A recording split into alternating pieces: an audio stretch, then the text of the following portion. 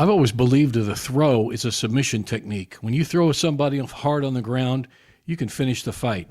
And in today's show, I'm going to talk about the difference between throws, takedowns, and transitions. So stay tuned.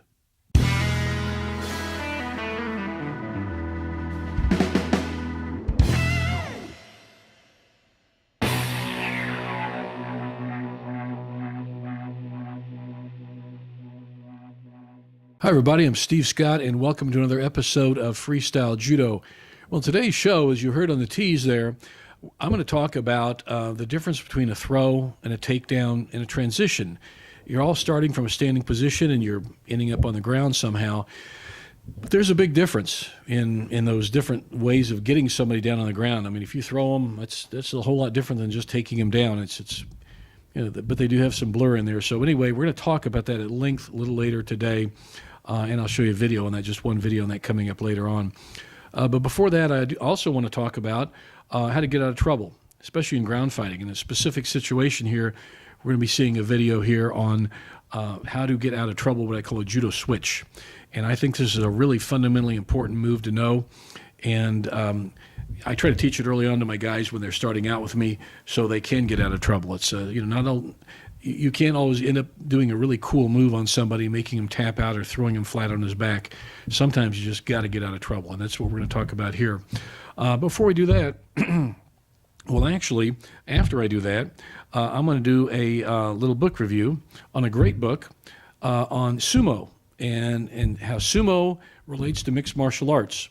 So you say, what, Sumo and mixed martial arts? Yes, and the author does a great job in explaining how they can be used, Sumo can be used in mixed martial arts. So you'll see what I mean when I get to that book review just a little bit later. But right off, I just want to say a quick few minutes, few things about CPR and first aid. If any of you have been watching any of my videos and you follow me to any extent, you know I'm a big believer in CPR, cardiopulmonary resuscitation, as well as first aid. If you are a coach, if you are an instructor, a sensei, I think it is very important that you be trained and certified in CPR as well as first aid, because CPR certainly is a life-saving skill. It really is. And CPR and first aid is something you will use more often than you want to. And it's important to know these things ahead of time. And so you see this crawler down here. Go to the American Heart Association. They have very inexpensive, great training on both CPR and first aid, but CPR is what they do best. So I would highly suggest you contact them, or if you want to go to the American Red Cross and these other good agencies that do it. But the Heart Association really are they're the big dogs on the block. They really do a lot of research and development on this. So I highly recommend going to their website, learning more about CPR. And again, guys, I mean, you don't want to ever have to use it, but if you do, you want to know exactly what to do. Just like any type of training, I've always, compared CPR to like training in Judo or Jiu-Jitsu or Sambo. There's a lot of, if you do it technically correct, if you keep your wits about you, get at it, know exactly what to do, and then pull it off, and with good technical skill, you get a good outcome. Okay. Now, it may not always happen in CPR because, the person's dead basically when you start working on them, but it's very similar to a sports skill. If the better technique you have, the better results will happen, really, usually. So that's kind of a way to look at it, but it's really important, CPR. So enough on that, but I really believe in it. So I hope you do get trained and certified in CPR and first aid. So much for that. Well, let's do it. Let's talk about the Judo Switch. Now, the Judo Switch is basically you're switching positions with your opponent. There are a lot of ways to get in trouble in anything in life, but certainly when you're fighting somebody on a mat. And if you are down on your elbows and knees, or worse yet, flat on your belly, even momentarily, you don't want to stay there. You got to get to a base and you got to get out of trouble. And that's what the Judo Switch is about. And in this about a 5-minute video here, I'm going to show. I'll explain it hopefully well enough that you'll want to really work on it.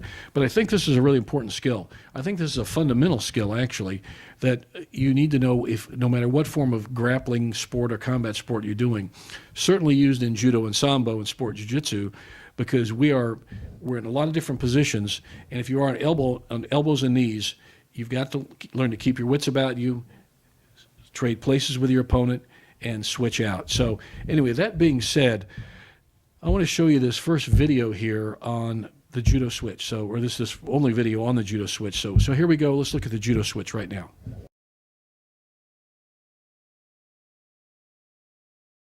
Doing the Judo Switch, as we call it here. The top guy controls the bottom. This moves to the bottom guy, and you work to the outside, get to the outside and take him down, or get his position, get behind him, get his back. And we're working, in that case, he just got his back. He can sink his hooks in, he's got to ride from the top. So hook in tight, come to the outside, there you go. That is the Judo Switch in its classic form. When you do grab, as you saw Derek do, grab the knee, put your shoulder in his gut, don't extend your arm. He will sit through, possibly get you in a wakigatami, so don't extend your arm very far. Keep everything short, compact, and take him over. As you saw, if the top guy holds on, you can just keep flopping him over, keep driving him over with your shoulder in his gut, taking him completely on his back. You're on the bottom in a bad position, he's beating you up. You know, now's the time to, one, get out of trouble first, then start going for your position to create a submission or, some pin or whatever. Get out of trouble first. So let's work on getting out of trouble first from the bottom to the top. You should actually be ambidextrous in this. You'll be able to go both right and left. Today we'll just show you one side, but you should be able to go both right and left with some of the skills. Here, and Mike's here hovering over me. Okay, now I'm gonna key off this. Everybody come over here so you can see real quickly. Okay, here I am. My head's stuck in the middle. I do not want my head stuck in the middle because he could start setting up a sankaku or triangle from here, tie me up or keep me flat. Whatever he may do, he may flatten out. He may sprawl, make life miserable for me. Okay, I got to get my head from here to here. So immediately when I do that, when I start doing that, you notice I'm also on my toes. Good base to start. Okay, bam. From here to here, pop to the side. My goal is to get to my ear to his hip. Okay, once I do that, I try to get here like this, and I start to move into him. Now with the inside hand, what I'm going to start doing is I'm going to chop, and I'm going to grab palm down. Don't grab like this, guys. It's too weak. Okay? Hook like this and catch a square grip or gable grip. Okay? Don't reach for it because he will sit through in an armpit lock. And I'm done. Okay? So don't reach. Here, pop the side, suck it in tight. Bam. Now I'm basically choking his knee, right? Head on the hip. Okay? My ear right on his hip. All right. Now, bigger guys like me, we'll stay on our knees and work around to the outside. You lighter guys or bigger guys, if you wish, you can do a sit through or a half sit. Like I would do it this way. Come, my knee like this, both come to the top. Okay, that's the way I do it. Now, some of you guys maybe want to sit through and come out the side, or do just a knee sit or a half sit here and come to the outside. That's cool. Whatever works for you. Okay.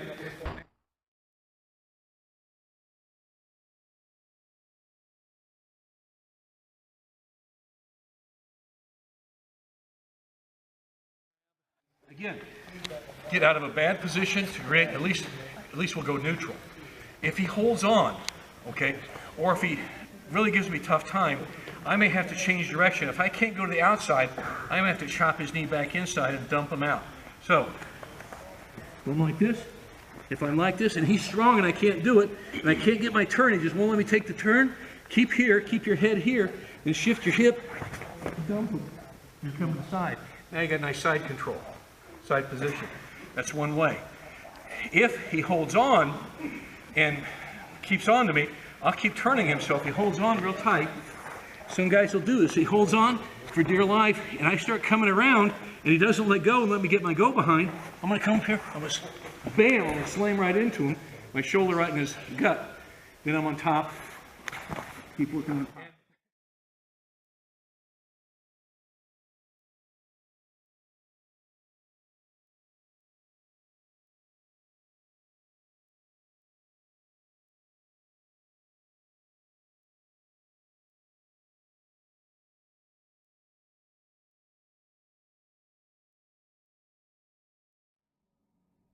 Always try to turn into your opponent if possible. That way, I don't want to give him my back. It's the worst thing I could do because I'm in a worse situation now, right? Everybody see that skill? Yeah. Let's drill on it, work it a little bit, then we'll drill on that. Drill on a specific thing, okay? And again, it's a situational drill.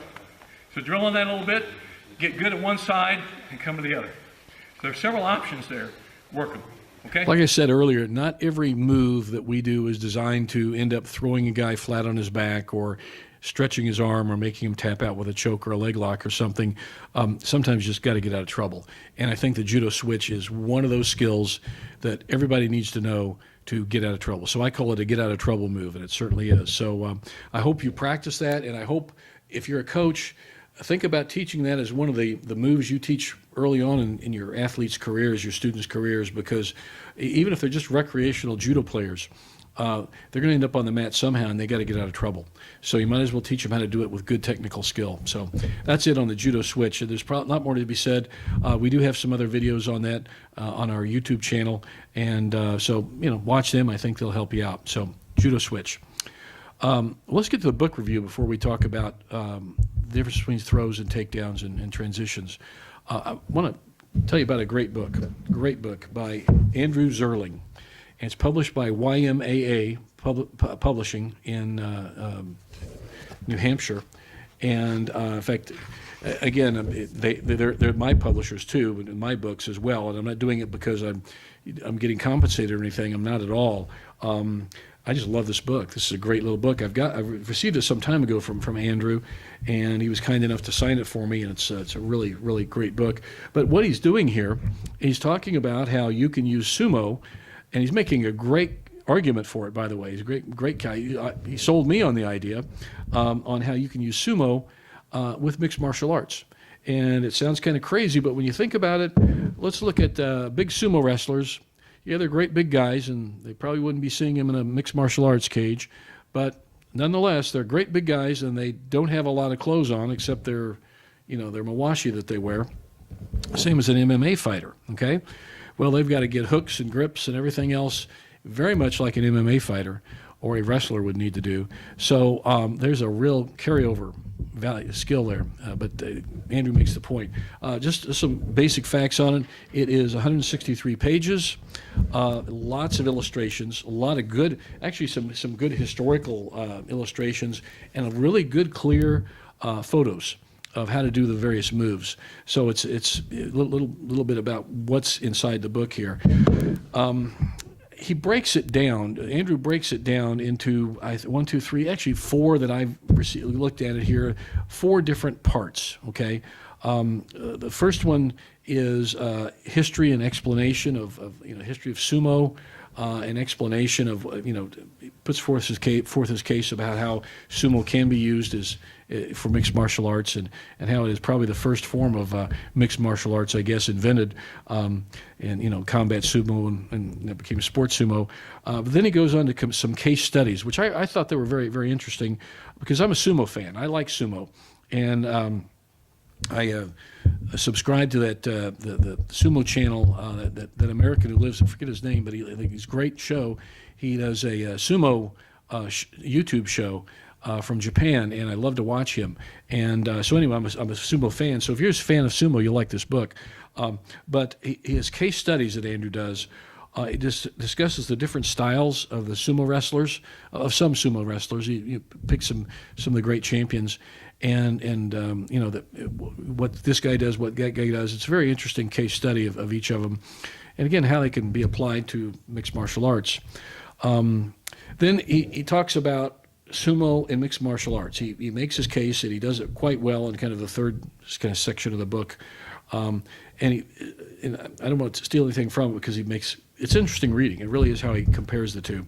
And the last part of the book are the technical photos, the technical explanations of how you can do in an MMA setting the mixed martial arts. These sumo techniques work for a lot of takedowns, grappling, obviously, setups, tie-ups, how directly used for mixed martial arts. One thing I did like about it, I do want to say before I go on to something else here, is on page 16, and I really enjoy this. I dog-eared it. I don't want to. It's a good book. But he talks about the concept of Shingitai.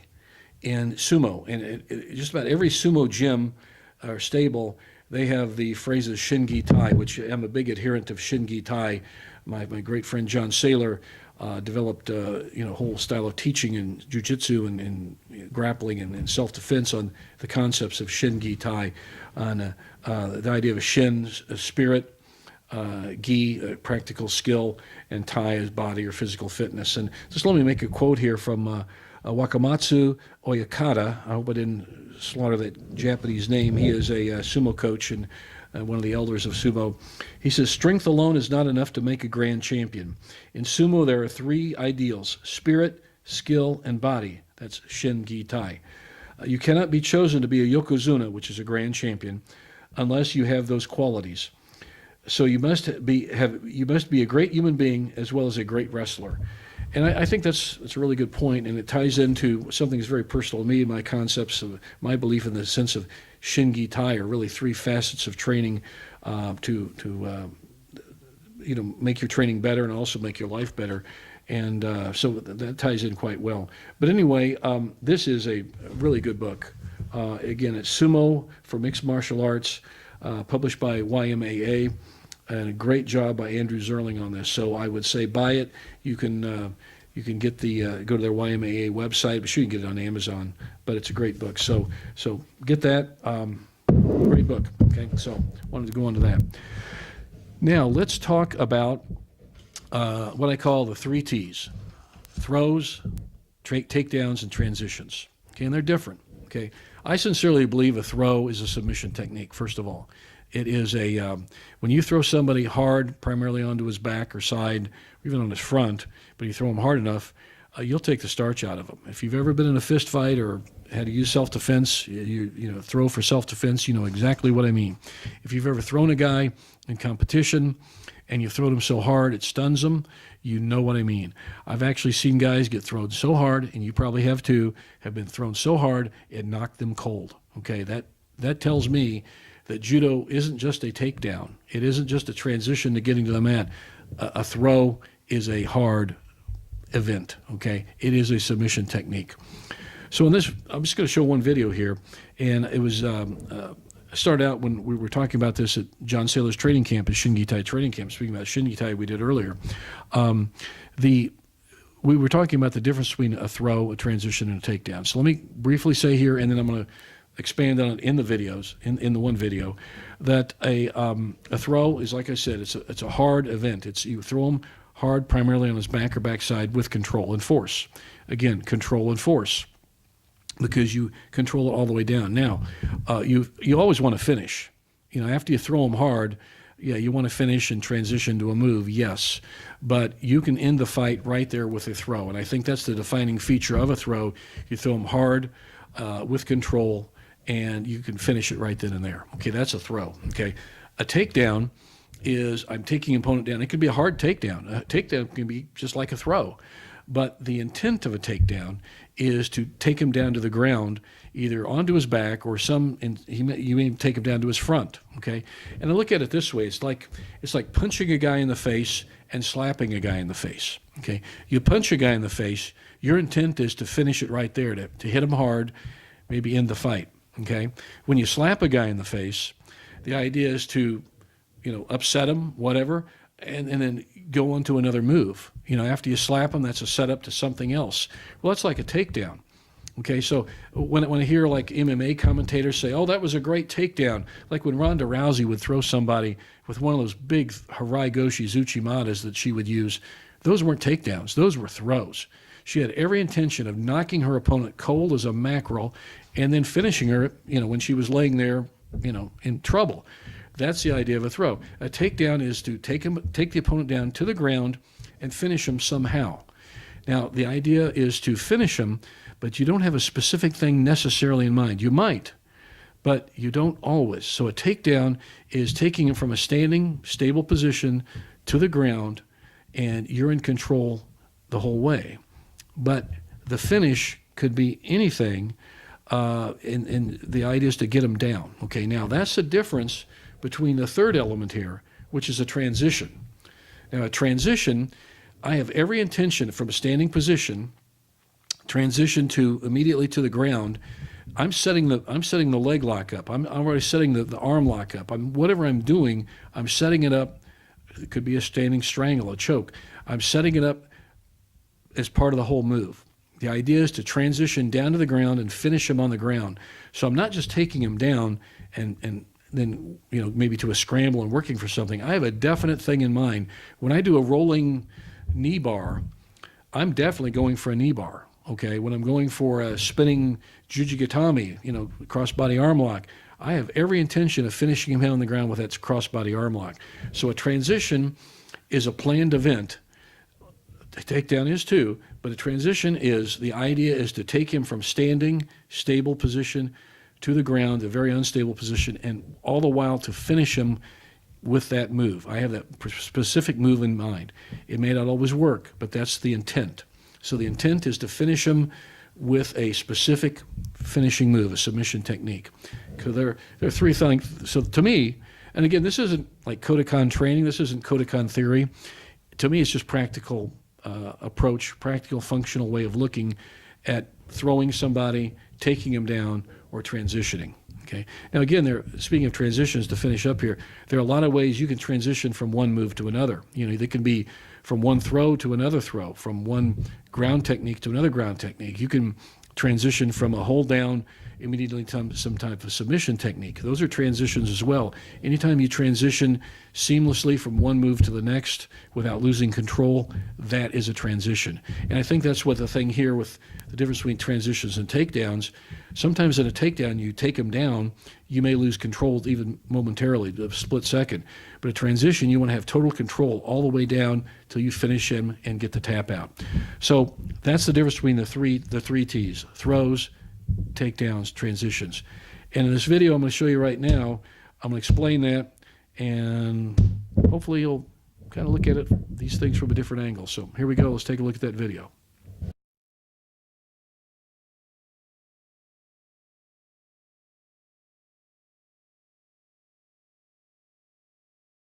We have three phases. There are three things from standing to the ground.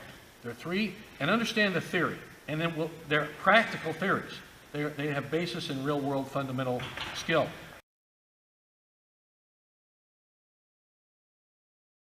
First one is a throw. What's the purpose of a throw? You ask, throw a guy. No, the throw is you throw your opponent with force and control primarily on his back or backside. So you could finish a street fight with a throw. Bam. You can finish a judo match with a throw, get the pawn. A Sambo match, get a total victory, remain upright. So that is the purpose of a throw, to throw your opponent with control and force, and you control that force obviously, and you control them all the way down, and largely on the back or backside. Okay, that's a throw. Okay, then you can also use that to transition to other things. We'll talk about that momentarily. All things will blend together, you'll see.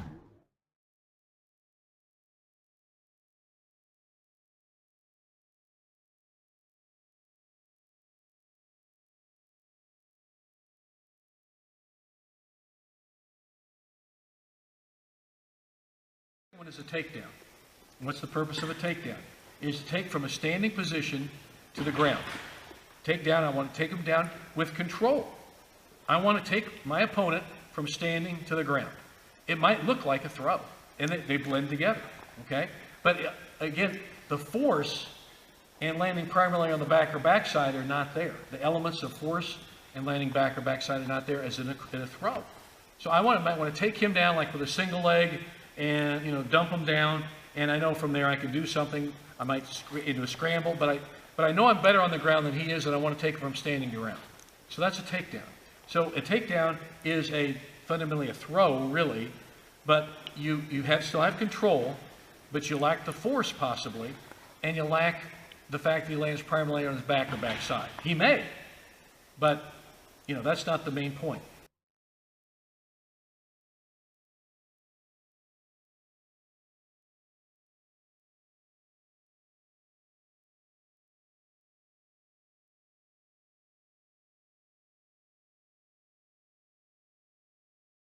Transition. We transition from standing to ground. You can transition, like we were doing earlier, from one thing in ground fighting to another thing. It's a quick movement from changing one position to another, but you have something in mind to get to that other position. So from a standing position, we might do like a rolling knee bar. What may look like an uchimata to the judo guys, and you will pick up points, yes, but my real goal is to transition from standing to ground so I end up in a nice straight leg lock or ankle lock, something like that. So the purpose of a transition, and by the way, transition, we look at it, this again is a little more Sambo as well, we look at it as a total package. I can get some throw, I get a throw on him, maybe pick up some good points, but the total package ends up I can finish him too. I have it in mind in a transition specifically. I know I'm going to roll that guy into that knee bar. That's my goal. Now he may get out, but that's my goal. So it's different than a takedown in a way, because I really have a specific thing in mind to finish him. And that's the difference between a takedown and a transition. You know, like we can do a spinning tomoe-nagi, circle throw, spin under him, swing under him into the jujigatami, roll him over. You know, I may get points for the throw or the takedown or the transition. That's good, but my real goal is to get him in the arm lock.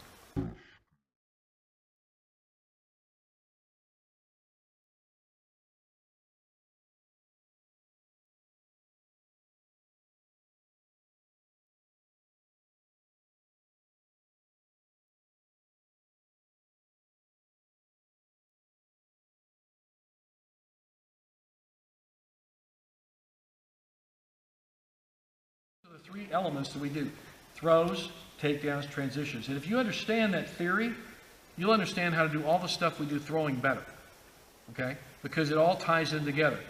Honestly, I want to try to finish my opponent at the end of everything. I might throw him for maximum control and points and flatly on his back if I can, but I still want to finish him into an arm lock, pin, whatever. I still want that insurance policy to finish him off.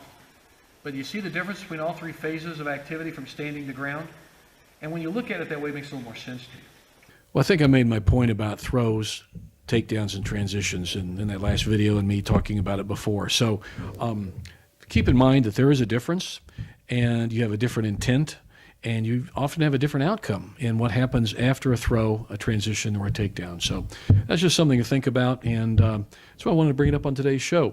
Also, I would highly recommend working on that Judo Switch. It is a great move, and it is something that I think we need to have those get out of trouble moves, and that's one of those moves. And also, don't forget the great book, Sumo for Mixed Martial Arts by Andrew Zerling. Great read. It's on Amazon, YMAA website. Be sure to get it. Hey, that being said, thanks so much for watching, and I will see you next time.